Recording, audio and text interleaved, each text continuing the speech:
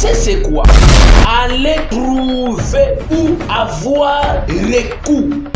Quand on prie, on demande une assistance. Lorsque nous prions, nous appelons, nous invitons l'assistance du ciel. Prier, c'est invoquer. Invoquer, c'est-à-dire c'est appeler à son secours.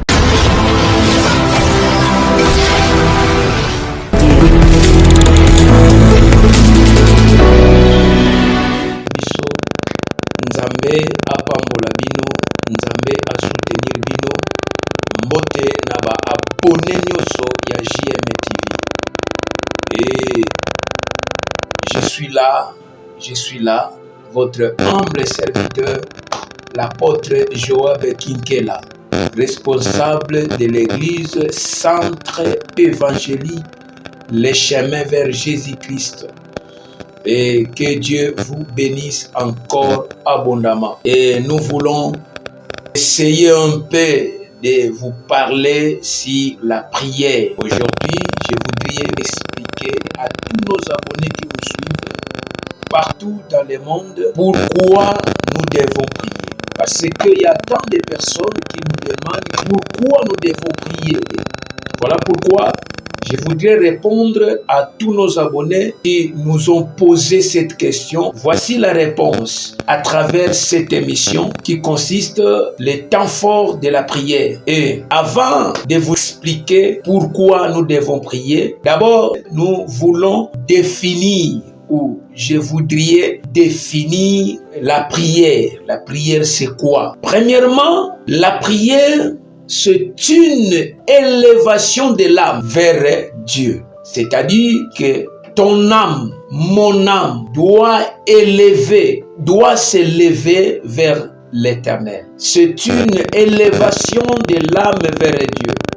Ton âme, tu élèves ton âme vers Dieu. Enfant de Dieu, peuple de Dieu, ministre de Dieu, la prière, c'est une élévation de l'âme vers Dieu. Parce que pour lui exprimer son adoration, nous élevons nos âmes vers Dieu pour lui exprimer son adoration, pour obtenir ses grâces. Nous élevons nos âmes vers Dieu. Pourquoi? Pour obtenir ses grâces ou pour obtenir ses faveurs. Dieu a beaucoup de faveurs. Il nous fait grâce. Il nous donne sa faveur. Voilà pourquoi nous devons élever notre âme vers Dieu pour lui exprimer son adoration. Ce n'est pas notre adoration, mais c'est l'adoration de Dieu. Lorsque nous exprimons son adoration, qu'est-ce que nous attendons? Nous attendons sa grâce. Nous attendons d'obtenir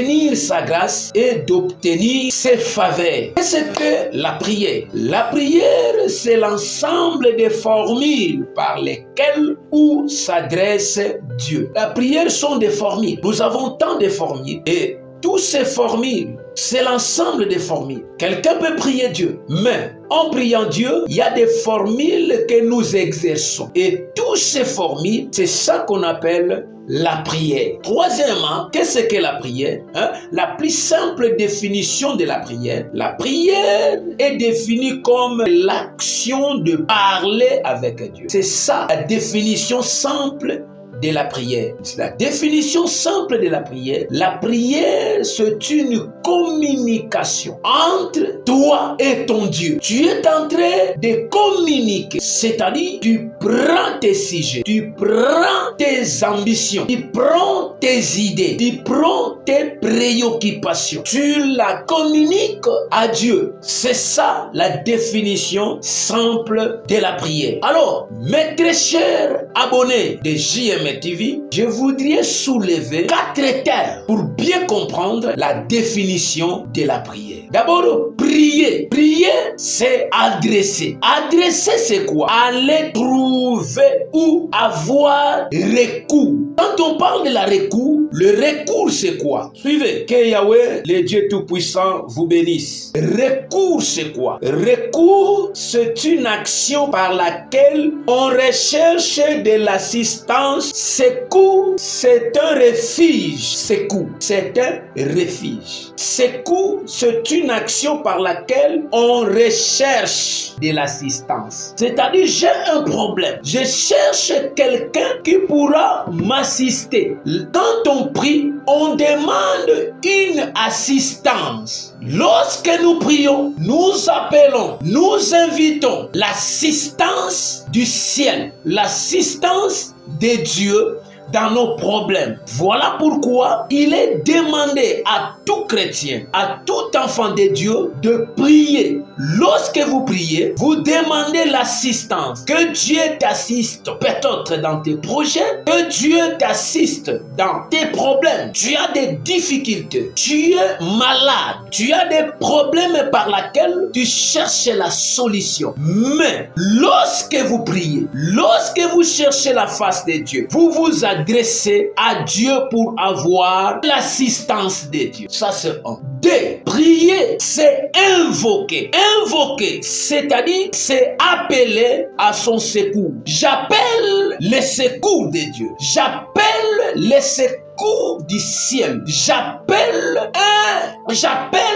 une personne spirituelle, une personne invisible de venir me secourir, de venir m'assister. J'ai des projets à réaliser. Mais pour réaliser ce projet, je dois invoquer, c'est-à-dire appeler à son secours. C'est ça, invoquer. Troisièmement, prier. Prier, c'est supplier, c'est implorer. Supplier, implorer, c'est-à-dire prier avec insistance. Lorsque nous prions, il y a des choses que nous devons insister à Dieu. C'est comme un enfant qui demande l'argent, qui demande le beignet, qui demande quelque chose à son père. Et il a besoin d'avoir quelque chose. Et lorsque le père traîne, le père ne lui assiste pas, il va insister. Il y a le droit d'un enfant envers son père et le devoir du père envers son enfant. C'est-à-dire, Père Céleste